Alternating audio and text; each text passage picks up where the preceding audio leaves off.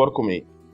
اخيرا ويندوز 10 جل، وكل الناس دلوقتي عايزه تعمل ابجريد من الويندوز بتاعها على ويندوز 10 عشان المميزات الكتيره اللي فيه. النهارده هوريكم ازاي يبقى عندكم اسطوانه اصليه من مايكروسوفت لويندوز 10، يبقى معاكم سي دي كي اصلي برضو من مايكروسوفت لويندوز 10. الشرح اللي جاي دوت هيبقى للناس اللي جات لهم نوتيفيكيشن بالابجريد، او من الاخر اللي معاهم نسخ اوريجينال لويندوز 7 وويندوز 8.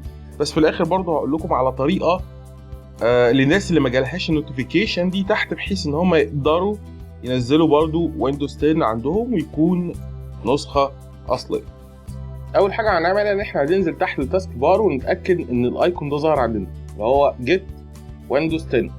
ده معناها ان انت ليك نسخه محجوزه من مايكروسوفت لويندوز 10. نفتحها، هيطلع يقول لي هنا thank you for reserving your free upgrade. بعد كده مكتوب تحت اوكي notify me when ready. ده معناها النسخه بتاعتي جاهزه بس لسه مش جاهزه للداونلود دلوقتي. بعد ما اتاكدنا ان النسخه بتاعتنا دلوقتي جاهزه، هنبتدي ننزلها من مايكروسوفت دايركتلي عشان تبقى عندنا نسخه ايزو او على فلاشه بتاعتنا. هنفتح حاجه اسمها ميديا كرييتور تول 64، هتلاقوا اللينك بتاعها موجود في الديسكريبشن في الفيديو عندي تحت. طب الاداه بتفتح دلوقتي. الاداه ديت هي اللي هننزل بيها زي ما قلت الاسطوانه الايزو اللي احنا هنستخدمها ونحرقها على اسطوانه عشان تعمل لنا نسخه الويندوز بتاعتنا، او نقدر عن طريق الاداه ديت. احنا فتحت الاداه هنلاقي فيها 2 اوبشنز. اول واحد upgrade this PC now، تاني واحد create installation media for another PC. اول اوبشن دوت مش هيشتغل الا لو لقينا ان هنا بيقول لي ready، مش notify me when ready. ده هو upgrade this PC now. فزي ما انتم شايفين ان عندي على اللابتوب دلوقتي بيقول لي ان النسخه بتاعتك محجوزه بس لسه ما نزلتش، فعشان كده احنا هنختار تاني واحد اللي هو create installation media for another PC. وهو ده اللي احنا محتاجينه، وهو ده اللي احنا هنعمله حتى لو النسخه بتاعتنا ريدي، علشان يبقى عندنا الاسطوانه بتاعتنا موجوده على جنب. لكن ده احنا مش هنستخدمه خالص، اهم حاجه ان هو يكون موجود. هنختار create installation media for another PC وبعد كده ندوس next. هيطلع يطلب مننا الانفورميشن بتاعه النسخه اللي احنا محتاجين نعمل لها داونلود من مايكروسوفت. نختار اللغه انجلش يونايتد ستيتس، وبعد كده في الاديشن، وبعد كده في الاركتكتشر. الاديشن والاركتكتشر لازم يطبقوا نسخه الويندوز الموجوده عندنا، سواء هوم ولا برو او اركتكتشر 32 بت او 64 بت. نعرف الموضوع دوت ازاي؟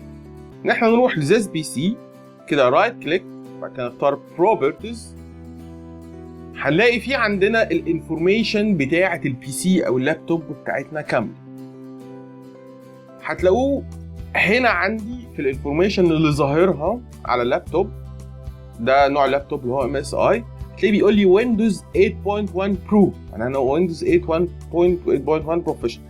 عندنا هنا ويندوز 8.1 برو، وانا هختار برضو ويندوز 10 برو عشان يطابق النسخه بتاعتي. بعد كده عندي السيستم تايب 64 بت اوبريتنج سيستم، هختار برضو من هنا 64 بت اوبريتنج سيستم. بعد كده ادوس نيكست. هيقول لي انت عايز تستخدم يو اس بي فلاش درايف ولا ايزو فايل. يو اس بي فلاش درايف ده لو انا ما عنديش دي في دي اقدر احرق بيه اسطوانه الايزو على دي في دي، وانا مثلا عندي في اللابتوب هنا ما فيش دي في دي، فانا هختار عشان اللابتوب يو اس بي فلاش درايف. وممكن اختار ايزو لو انا عايز اعمل اسطوانه ايزو بحيث ان انا الملف الايزو دوت اقدر احرقه على اسطوانه دي في دي بعد كده. اوكي، هختار ايزو لان ده اختيار الاصح لكل الناس عشان تبقى عندهم اسطوانه. وبعد كده ادوس نيكست واختار المكان اللي انا هحطها فيه، هختار ديسكتوب، وبعد كده ادوس سيف.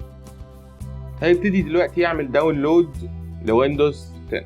طبعا هو هياخد شويه وقت لان مساحه النسخه حوالي 3 جيجا وي تقريبا 3.4 او 3 جيجا، يعني في حدود 3 جيجا كده يعني. وطبعا في ناس انا عارف ان هي عندها الانترنت بطيء شويه فهياخد شويه وقت، فما تقلقوش من الموضوع ده. طبعا انا اوريدي عامل داونلود للنسخه، فانا هقفلها وهوريكم ازاي نعمل انستول دلوقتي. هروح لزيس بي سي وافتح الفلاش درايف بتاعي اللي انا نزلت عليه نسخه ويندوز 10 عن طريق التول ديت، وافتح ملف setting.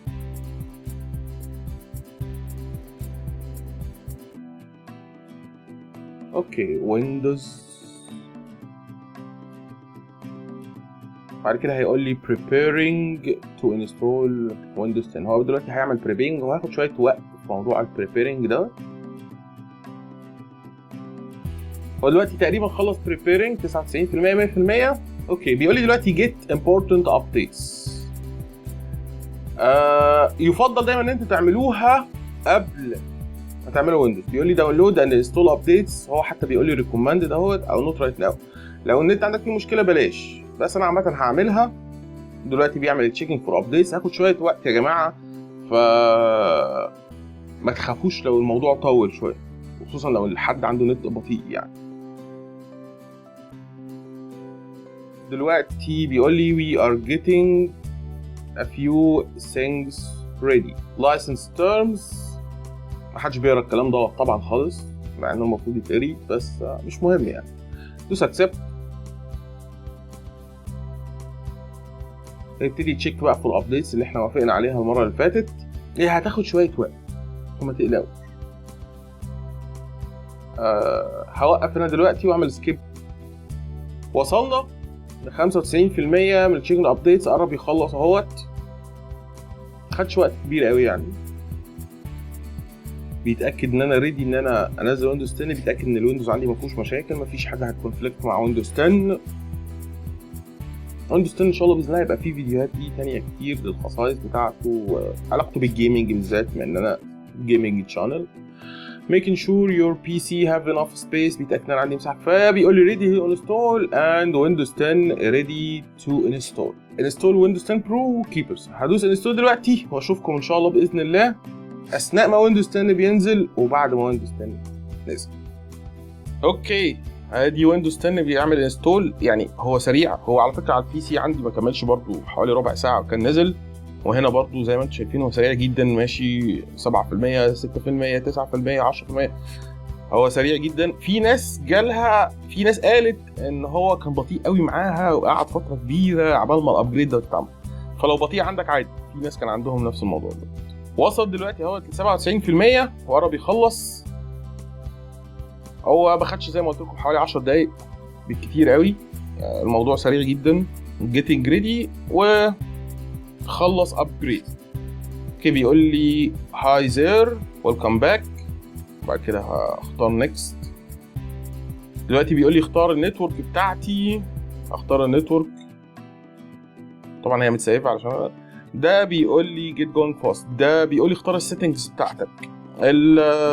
الموضوع ده بيبقى فيه حاجتين، في يوز اكسبريس سيتنج، بيبقى فيه كاستم سيتنج.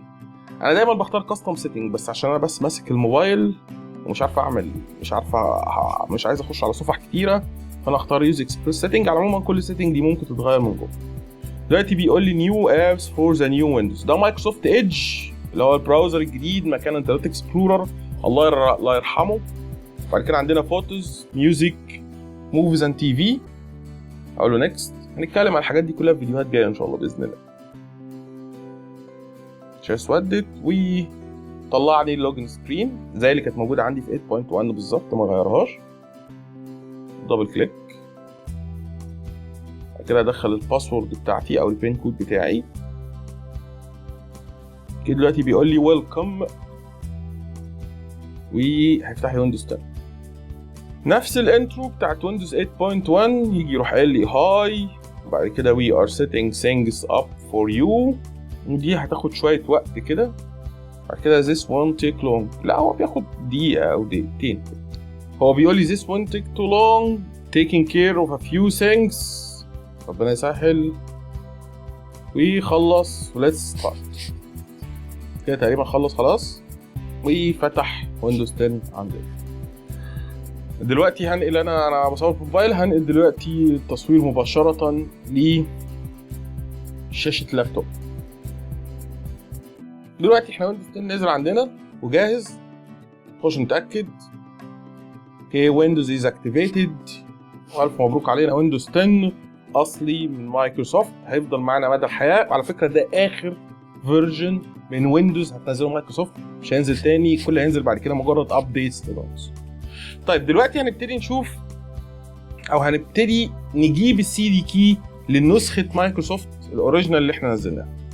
هنفتح الموقع دوت اللي هو ماجيك جيلي بين.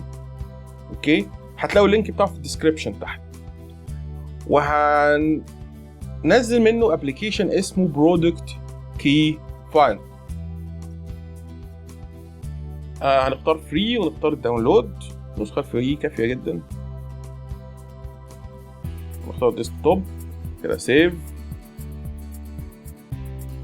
9 ثواني 8 ثواني. هتنزل دلوقتي. اوكي اهي قربت تنزل خلاص. اوكي تمام، النسخه نزلت. هنبتدي نعمل انستول للابلكيشن اللي هو اللي اسمه كي فايندر.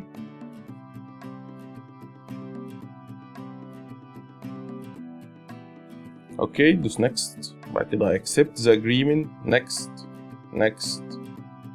بختار دايما كريت ديسكتوب ايتم، نيكست. هنا في الحته دي دايما لازم بختار كاستم انستليشن. اكسبريس انستليشن بتنزل لي حاجات انا مش عايزها، خصوصا في الحاجات الفري. يعني بصوا شايفين بينزل مش عارف انستول وندر وات ايفر مش عارف ايه، حاجات كده ملهاش اي لازمه، احيانا كتيره تكون مالوير يعني. بعد كده ادوس نيكست، انستول ابلكيشن. نزل اقول له فينيش ولانش ابلكيشن.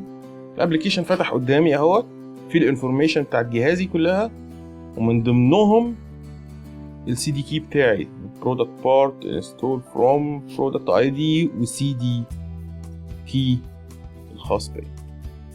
كده يا جماعه احنا نزلنا ويندوز 10 نسخه اصليه من مايكروسوفت مباشره، وخدنا السي دي كي بتاعنا اللي مديهولنا مايكروسوفت فري ببلاش اصلي برضو بتاعنا مباشره. كده اللي عايز يعمل كلين انستول يقدر يعمل كلين انستول. اللي مش عايز يعمل كلين انستول وبعد كده حصل عنده مشكله في الويندوز، مش هيضطر يرجع خطوات كبيره قوي علشان يعمل. هو يا دوبك بس هيستخدم الاسطوانه اللي احنا نزلناها والسي دي كي اللي معاه دلوقتي ويعمل انستول دلوقتي. طيب في حالتين دلوقتي. في حاله اللي ما جالهمش نوتيفيكيشن يتاكدوا ان هم عاملين ابديت للاخر. هتلاقوا في فيديو بيشرح في تول كده بتعمل تشيك اذا كان في ابديتس ناقصه ولا لا. طب الناس اللي ما عندهاش نسخه اصليه، ممكن تنزل نسخه ويندوز 10 بريفيو ببلاش وتعملها ابديت لويندوز 10، تعملها اكتيفيت وتبقى برضه نسخه اصليه بتاعتك. هحط فيديو للحالتين دولت في الديسكريبشنز تحت، منهم فيديو لصديقي هيثم الوطني. اتمنى ان هو يكون هيلفول فيكم او مساعد ليكم في الموضوع ده. اتمنى يكون الفيديو بتاعك عجبكم وقدر ان هو يشرح لكم ازاي تعملوا الموضوع دوت بسهوله. لو حد عنده اي مشكله ممكن يكتبها في الكومنتس تحت، وما تنسوش تعملوا سبسكريبشن في القناه ولايك لصفحه الفيسبوك عشان يوصل لكم كل حاجه جديده. واشوفكم على خير في فيديوهات جايه ان شاء الله باذن الله. السلام عليكم.